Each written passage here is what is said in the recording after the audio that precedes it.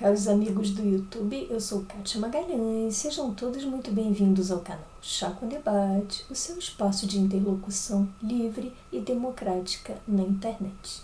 Como vocês devem ter acompanhado no noticiário, em recente videoconferência, o ministro Gilmar Mendes proferiu uma frase bastante polêmica acerca da nossa situação sanitária. Ao referir-se ao caos na pasta da saúde, no Ministério da Saúde, disse o ministro com todas as letras, abre aspas, a situação é péssima para as Forças Armadas e o Exército está se associando a esse genocídio, fecha aspas. Bom, vamos suscitar alguns questionamentos aí em torno dessa frase bastante peculiar, questionamentos tanto sob o ponto de vista formal quanto em seu conteúdo mesmo. Antes de mais nada, uma pergunta. Vocês já pararam para pensar se um juiz pode se manifestar sobre um determinado assunto fora dos autos ou fora da cátedra, ou seja, fora da academia? De acordo com a Lei Orgânica da Magistratura, que rege a atividade dos magistrados, o juiz só não pode se manifestar sobre processos em curso, seja no seu juízo, seja perante outra jurisdição.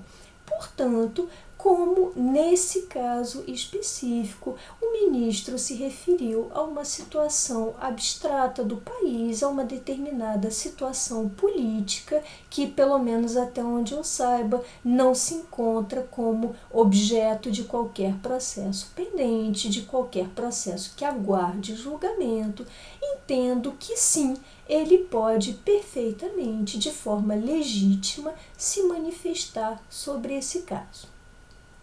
Ainda um segundo aspecto formal dessa frase do ministro Gilmar, que é o aspecto relativo ao objeto da frase. Objeto, no caso, as Forças Armadas. Indago eu, por que o ministro se referiu especificamente às Forças Armadas e não direcionou as suas críticas, bem ferozes aliás, de forma mais direta ao presidente da República, a Jair Bolsonaro? Afinal, as Forças Armadas não são um poder em si, muito menos um poder moderador, como pretenderia o Dr. Ives Gandra. Eu, na minha modesta opinião, ouso discordar do mestre Gandra. Então, as Forças Armadas não seriam um poder em si. Contrariamente, Bolsonaro, este sim, representa um poder que é o poder executivo, um outro poder da República. E assim pergunto, será que o ministro Gilmar, diante desse inconformismo, não teria sido mais eficaz ao proferir a sua frase contra Bolsonaro? Será que ele não teria atuado com mais eficácia na sua função de exercer o mecanismo de freios e contrapesos, função constitucional por força da qual cabe a um poder evitar os excessos, os abusos de outro? Por que ele não se referiu ao chefe de um outro poder, e sim a uma instituição que não é um poder em si? Confesso que esse aspecto me causou uma certa perplexidade, e se vocês tiverem as suas opiniões a respeito, gostaria muito de ouvi-las. Deixem aqui, por favor, nos comentários. Agora vamos ao mérito da frase, que as Forças Armadas estariam se associando a um genocídio. O que eu entendo que o ministro tenha querido dizer com genocídio? Essas milhares de mortes, esse caos sanitário que vivemos, esse total menosprezo por uma pandemia que assombra o mundo e parece não assustar apenas o Brasil. Apenas o Brasil e alguns outros 3 países de menor importância no cenário mundial. Acredito que genocídio tenha sido até certo ponto uma hipérbole utilizada pelo ministro Gilmar Mendes para referir-se exatamente a esse fenômeno catastrófico que vivemos na área da saúde. De fato, podemos até não ter um genocídio caracterizado, mas temos uma catástrofe marcada por milhares de vidas humanas. Enquanto isso, temos um presidente que alardeia que o vírus seria causador apenas de uma gripezinha, de um presidente que troca de ministros da saúde como quem troca de roupa, de um presidente que já mantém há mais de um mês um ministro supostamente interino, que é um general, aliás, que não parece entender muito de saúde pública. Temos um presidente da República, que sobrevoa os céus de Brasília, juntamente ao lado do ministro da Defesa, acenando para uma multidão que clama por pautas nada republicanas. Talvez o ministro Gilmar tenha realmente querido se referir a todo esse cenário. E quando ele diz que o exército está se aliando, está se associando a sua imagem a desse genocídio, acho também que ele faça uma referência expressa à enorme militarização, a militarização que vem sendo um marco do governo Bolsonaro, que atingiu seu recorde, seus limites máximos desde a redemocratização. E, de fato, como temos comentado tanto aqui no canal, a classe militar tem sido objeto de fartas benesses por parte de Bolsonaro, não só de penduricalhos que se refletem em belos aumentos salariais, como também de postos. E a área exatamente mais ocupada por militares tem sido a área da saúde. Essa área que em tempos de pandemia deveria figurar como prioridade zero, mas que parece ser tão somente um acessório para Bolsonaro. Na verdade, a impressão que passa é que Bolsonaro desejava colocar à frente da saúde uma figura qualquer, não importa quem fosse, mas que reproduzisse os seus desejos, seus de Bolsonaro, de modo que muitas pessoas na mídia, com as quais eu concordo, dizem em um tom de um certo sarcasmo, mas com um bom fundo de verdade, que o nosso atual ministro da Saúde é mesmo o presidente da República, o próprio senhor Jair Bolsonaro. Então, esta é a situação caótica que enfrentamos num momento de pandemia em que todos os nossos esforços deveriam estar mobilizados para o combate ao vírus em prol da preservação de vidas humanas. Afinal, não estamos falando aqui de insetos, de moscas, mas sim de seres humanos que estão perecendo aos milhares.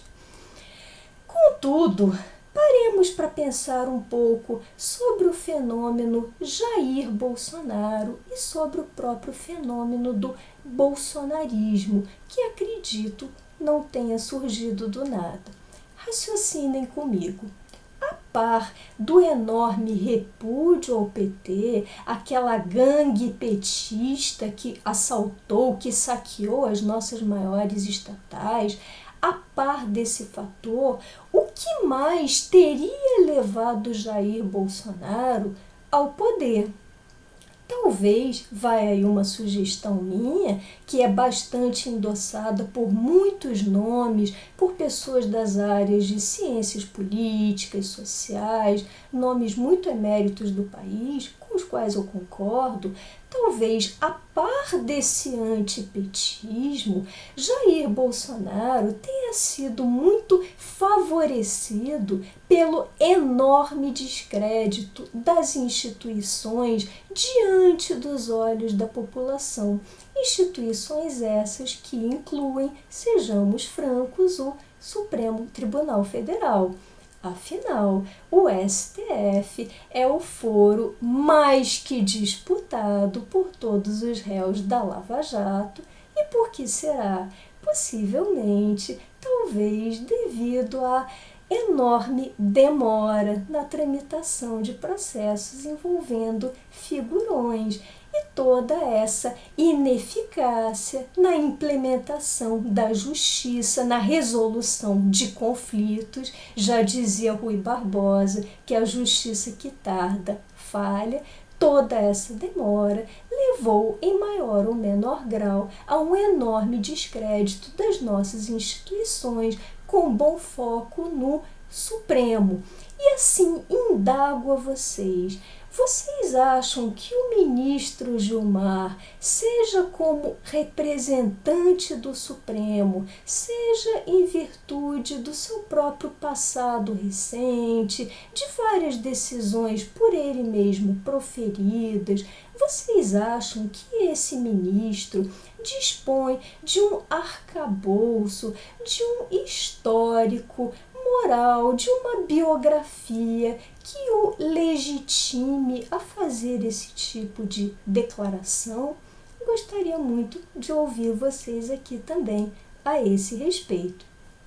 De toda forma, acho que esses conflitos todos vão arranhando cada vez mais a nossa já fragilizada estrutura política, vão arraigando o nosso tecido social. E o mais trágico de tudo é parar para pensar que possivelmente nem o senhor Gilmar, nem os outros integrantes do STF, nem os integrantes das Forças Armadas, nenhum deles esteja verdadeiramente preocupado, seja com a pandemia, seja com as reformas econômicas tão necessárias para a abertura do nosso país para o mundo.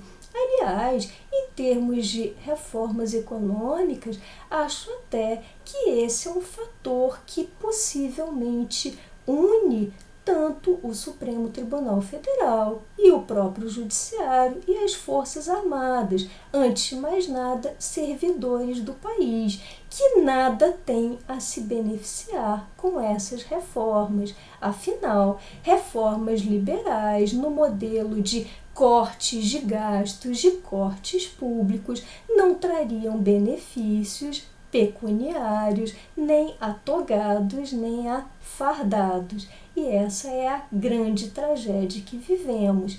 Enquanto isso, o país perde tempo nessas verdadeiras rupturas institucionais e desperdiçamos a oportunidade de tomar medidas efetivas tanto na área da saúde quanto na área da economia. Bom, essas eram as reflexões que eu gostaria de compartilhar com vocês hoje. Se tiverem gostado desse vídeo, deixem seus likes, comentem. Por hoje me despeço e até o próximo Chá com Debate.